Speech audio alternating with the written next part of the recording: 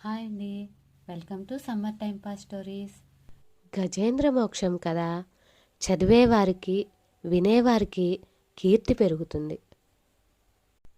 తెల్లవారుజామున లేచి ప్రశాంతమైన మనస్సుతో విష్ణువును, గజరాజును, ఆ సరస్సును, శ్వేతదీపాన్ని, పాల సముద్రాన్ని, త్రికూట పర్వత శిఖరాలను, లక్ష్మీదేవిని, ఆదిశేషుని, గరుడుని, శంఖ చక్ర గదాయుధాన్ని, విష్ణు భక్తులను తలంచేవారు మృత్యు సమయంలో నిర్మలమైన విష్ణు రక్షణ పొందుతారు.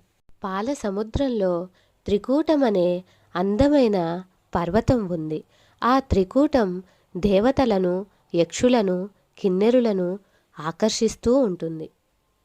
ఆ అడవిలో లెక్కకు మించిన మదించిన ఏనుగులు, ఇతర జంతువులు కన్నెత్తి చూడడానికి కూడా భయపడేటంత భయంకరంగా ఉంటాయి. అవి ఒకనాటి సాయంత్రం కొండ గుహల్లో నుండి విహారానికి బయలుదేరాయి. ఆ మదపుటేనుగులు రకరకాల క్రీడలతో విహరింపసాగాయి. ఆటలు ఆడి ఆడి వాటికి దాహం వేసింది. నీళ్ల మడుగువైపు నడిచాయి. ఆ ఏనుగులకు రాజైన గజేంద్రుడు దారి తప్పి గుంపు నుండి విడిపోయాడు. కొన్ని ఆడ ఏనుగులు మాత్రం ఆ గజరాజును సేవిస్తూ అతని వెంట ఉన్నాయి. వాటితో క్రీడిస్తూ విహరిస్తూ వేరే దారి గుండా నడిచాడు. గజరాజు ఒకచోట నీటి మడుగు చూశాడు. ఆ మడుగులో ఎన్నో విచ్చుకున్న కమలాలు, కలువలు ఉన్నాయి. మదపుటేనుగులు నిర్మలంగా ఉన్న ఆ పద్మ సరస్సును చూసి దప్పికతో అందులోకి దిగాయి. తన ఆటలతో గజరాజు ఆ సరస్సును అల్లకల్లోలం చేశాడు. దానితో ఆ మడుగు అందచందాలు మాసిపోయాయి. ఈ విధంగా గజరాజు సరస్సులో క్రీడించే సమయంలో ఆ మడుగులో ఓ మూల దాగి ఉన్న మొసలిరాజు అతనిని చూశాడు. బొగబొగమనే చప్పుళ్లతో పెద్ద పెద్ద బుడగలు పుట్టి అలలు ఆకాశానికి ఎగిరిపడేటట్లు, గాలికి సుడిగండాలు లేచేటట్లు తోక జాడించాడు. ఆ మకరరాజు గజరాజును వడిసి పట్టుకున్నాడు. గజేంద్రుడు మొసలి పట్టు తప్పించుకున్నాడు. ఏనుగు తన పొడవైన తొండంతో కొట్టిన దెబ్బకు మొసలి చావు దెబ్బ తిని నీళ్లల్లో పడిపోయింది. వెంటనే అది తేరుకొని ఏనుగు ముందరి కాళ్ళు పట్టుకుంది. మొసలి ఏనుగును మడుగులోకి ఈడ్చింది. ఏనుగు మొసలిని గట్టుపైకి లాగింది. ఏనుగు కంటే మొసలి, మొసలి కంటే ఏనుగు బలమైనవి అనుకుంటూ అన్ని లోకాల్లోని వీరులు ఆశ్చర్యపోయేలాగా యుద్ధం జరిపారు.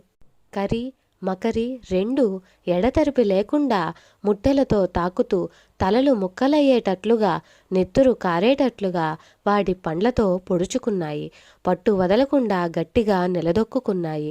సరస్సులో నీళ్లు సుళ్ళు తిరుగుతున్నాయి. వాటి పోరాటం లోకాలకు భయంకరంగా సాగింది. ఆ సమయంలో మొసలితో పోరాడుతున్న గజరాజును ఒంటరిగా విడిచిపెట్టి వెళ్ళలేక ఆడ ఏనుగులు చూస్తూ ఉండిపోయాయి.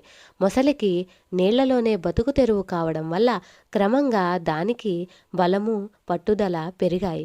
గజరాజు రాను రాను కృష్ణపక్షపు చంద్రుని వలె అంతకంతకు నీరసపడుతున్నాడు. మొసలి సింహం వలె హుంకరించి ఏనుగు కుంభస్థలంపైకి ఉరికింది. మెడను, వీపును కరిచి బాధ పెట్టింది. తోక కొరికింది. ఎముకలు, దంతాలు విరిగేటట్లు ఢీకొంది. మొసలి తన పరాక్రమంతో ఎన్నో విధాలుగా గజరాజును నొప్పించింది. గజేంద్రుడు ఘోరమైన మొసలి వాడి కోరలకు చిక్కి బాధతో అలమటించాడు. అయినా సరే గజరాజు విసుగు చెందకుండా రాత్రుళ్ళు పగళ్ళు 1000 సంవత్సరాలు తీవ్రంగా పోరాటం కొనసాగించాడు. పూర్వజన్మ పుణ్యఫలం వల్ల గజరాజు ఈ విధంగా ఆలోచన చేసింది. ఈ మొసలిని ఎలా గెలవాలి? ఏ దేవుని ప్రార్థించాలి? ఎవరు నన్ను కాపాడుతారు? ఈ మొసలిని అడ్డగించేవారెవ్వరు? అడవిలో పెక్కు ఏనుగుల సమూహానికి రాజునై గొప్ప గౌరవాన్ని పొందాను. ఎన్నో ఆడ ఏనుగులకు అధినాథుడుగా ఉన్నాను. నా దాన జలధారలతో పెరిగిన మంచి గంధం చెట్ల నీడలో సుఖంగా ఉండకుండా ఈ మడుగులో ఎందుకు దిగాను? భగవంతుడా, భయం కలుగుతూ ఉంది. నా గతి ఏమవుతుందో? ఈ లోకం ఎవరి వల్ల పుడుతుందో, ఎవరితో కలిసి ఉంటుందో, చివరికి మరలా ఎవరి యందు కలిసిపోతుందో అటువంటి ఆ భగవంతుని శరణు కోరుతాను. శాశ్వతంగా అఖండమైన రూపంతో ప్రకాశించే ఆ దేవదేవుణ్ణి తల వంచి ప్రార్థిస్తున్నాను. దేవుడు ఆర్తుల ఎడల ఉంటాడంటారు, అన్ని దిక్కుల్లోనూ ఉంటాడని అంటారు. అటువంటి దేవుడు మరి ఉన్నాడో లేడో ఈ విధంగా తలంచి మనస్సులో భగవంతుని ప్రార్థించాడు.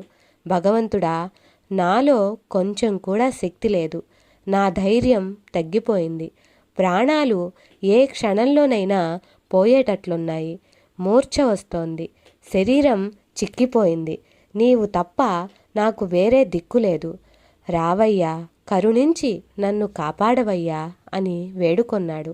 ఆ సమయంలో కష్టాలలో చిక్కుకున్న వారిని కాపాడే భగవంతుడు శ్రీ మహావిష్ణువు వైకుంఠంలో అంతఃపురంలో ఉన్నాడు. అందులో ఓ పక్కనున్న మేడకు దగ్గరలోని అమృత సరస్సు దగ్గర చంద్రకాంత శిలల అరుగుపై కలువ పువ్వుల పాన్పుపై శ్రీ మహాలక్ష్మితో వినోదిస్తూ ఉన్నాడు. ప్రణయ కోపంతో లక్ష్మీదేవి చీరచెంగు లాగుతూ ఆమెను ఆట పట్టిస్తున్నాడు. భయంతో స్వాధీనం తప్పి కాపాడు కాపాడు అని ఆర్తితో విలపిస్తున్న గజేంద్రుని మొర విన్నాడు. గజరాజును కాపాడాలనే ఆతృతతో శ్రీహరి ఒక్కసారిగా త్రుళ్ళిపడి లేచాడు. కాపాడు కాపాడు అని భక్తుడు పెట్టే మొర ఒక్కటే వినపడుతోంది. అతనిని కాపాడాలని తొందరపడుతున్నాడు. లక్ష్మీదేవికి ఏమీ చెప్పలేదు. శంకు చక్రాలను చేతిలోకి తీసుకోలేదు. సేవకులెవరినీ పిలవలేదు. గరుడ వాహనం సిద్ధపరుచుకోలేదు. చెవులపై జారిన జుత్తు ముడిని సరిచేసుకోలేదు. ప్రణయ కోపంతో లేచి వెళుతున్న లక్ష్మీదేవి చీరకొంగును వదిలిపెట్టలేదు. ఆయన గజరాజు మొరలన్నీ విని ప్రియురాలుతో సరస సల్లాపాలు చాలించాడు. ఆకాశ మార్గాన బయలుదేరాడు. విష్ణువు వెనుక లక్ష్మీదేవి, ఆ వెనుక అంతఃపుర స్త్రీలు, గరుడు, శంఖము, చక్రము, నారదుడు, విశ్వక్సేనుడు, వారి వెనుక వైకుంఠంలోనున్న మిగిలిన వారందరూ విష్ణుమూర్తిని వెంబడించారు. లక్ష్మీదేవి భర్త ఎక్కడకు వెళుతున్నాడో అడగాలనుకుంది, కానీ అడగలేకపోయింది. ఆకాశ మార్గాన వెళుతున్న విష్ణుమూర్తిని చూస్తున్న దేవతలు నమస్కారాలు చేశారు. కానీ గజరాజును కాపాడాలనే తొందరలో మైమరచి వారి మొక్కులు కూడా అందుకోలేదు. అలా బయలుదేరి వెళ్ళిన నారాయణుడు త్రికూటం చేరాడు. విష్ణువు మొసలిని చంపడానికి తన చక్రాన్ని పంపాడు. ఆ చక్రం దేవతలను కాపాడేది, భూమండలాన్ని వణికించే వేగం కలది, ఎదురులేనిది. ఆ చక్రాయుధం రివ్వున వెళ్ళి మొసలి తల నరికివేసింది, దాని ప్రాణం తీసింది.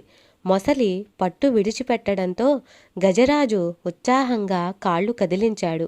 విష్ణువు తన పొడవైన చేతిని చాచి గజరాజును మడుగులో నుండి బయటకు రావడానికి సాయపడ్డాడు. అతని వెన్ను తట్టి బాధ పోగొట్టాడు. విష్ణుమూర్తి హస్తస్పర్శతో అతని శరీర తాపమంతా చల్లారిపోయింది. సంతోషంతో ఆడ ఏనుగులతో కలిసి ఆనందంగా ఘీంకారం చేశాడు. ఆ మొసలి మునిశాపం వల్ల కలిగిన తన మకర రూపం వదిలి హూ హూ అనే గంధర్వుడిగా మారిపోయింది.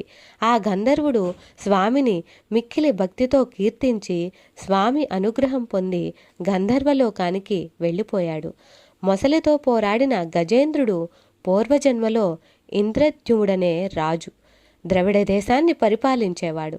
అతడు గొప్ప విష్ణుభక్తుడు. ఒకనాడు ఏకాగ్రతతో విష్ణుధ్యానం చేస్తూ మైమరిచి ఉన్నాడు. అక్కడకు వచ్చిన అగస్త్య మహర్షిని గమనించలేదు. దానికి ఆ మహర్షి కోపగించి అజ్ఞానంతో కూడిన ఏనుగ్గా పుట్టమని శపించాడు. ఇంద్రద్యుమ్నుడు గజరాజుగా, అతని సేవకులు ఏనుగులుగా పుట్టారు. రాజు ఏనుగ్గా పుట్టినప్పటికీ విష్ణుభక్తి వల్ల అతనికి ముక్తి లభించింది. గజరాజును కాపాడిన తర్వాత శ్రీహరి చిరునవ్వు చిందిస్తూ లక్ష్మీదేవితో, ఇతరులకు మొరపెట్టుకోకుండా నన్ను విడవకుండా ప్రార్థించిన వారిని నేను రక్షిస్తాను, ఇది నీకు తెలుసు కదా అన్నాడు. లక్ష్మీదేవి, నీవు సమస్తానికి ప్రభువైన వాడవు, నీ పాదాలను మనస్సులో ఉంచుకొని పూజించడమే నా పని, అందుకనే నిన్ను అనుసరించి వచ్చాను అని స్తుతించింది. ఇదంతా చూస్తున్న గంధర్వులు, దేవతలు జయ జయధ్వానాలు చేశారు. విష్ణుమూర్తి పరివార సమేతంగా వైకుంఠానికి బయలుదేరాడు.